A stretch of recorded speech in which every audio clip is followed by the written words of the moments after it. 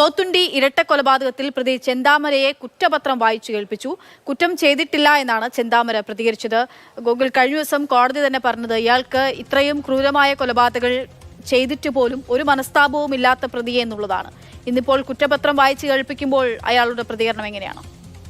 അതായത് കഴിഞ്ഞ ദിവസം അയാൾ സജിത വധക്കേസിൽ കോടതി അയാളെ ശിക്ഷിച്ചിരുന്നു.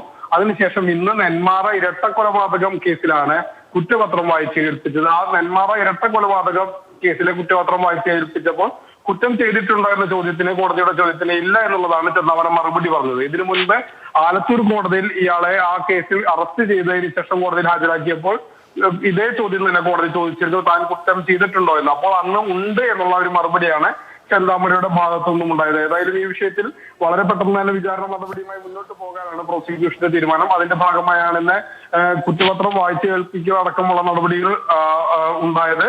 അതിനുശേഷം കോടതിയുടെ ചോദ്യത്തിലാണ് ഇയാൾ കുറ്റം ചെയ്തിട്ടുള്ളതെന്ന് ചോദിച്ചപ്പോൾ ഇല്ല എന്നുള്ളതായിരുന്നു ചെന്താമരയുടെ മറുപടി.